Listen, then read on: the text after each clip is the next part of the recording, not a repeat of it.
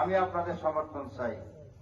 আমি আল্লাহকে সাক্ষী রেখে এই 17,000 জনতাকে সাক্ষী রেখে আল্লাহ ঘোষণা দিচ্ছি যে আমি যদি নির্বাচিত হই, আল্লাহ যদি আপনাদের খেদমত করার সুযোগ দেন, আমি নিঃস্বার্থভাবে আপনাদের খেদমত করব।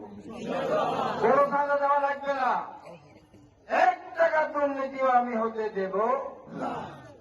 আমাকে এখন যেভাবে দেখছেন সাদাকিরা, তখন এইভাবে দেখবেন। ঢাকাতে আমার কোনো বাড়ি গাড়ি প্রয়োজন নাই, আমি সাতক্ষীরের মাটি মানুষের সাথে আপনাদের সাথে আছি।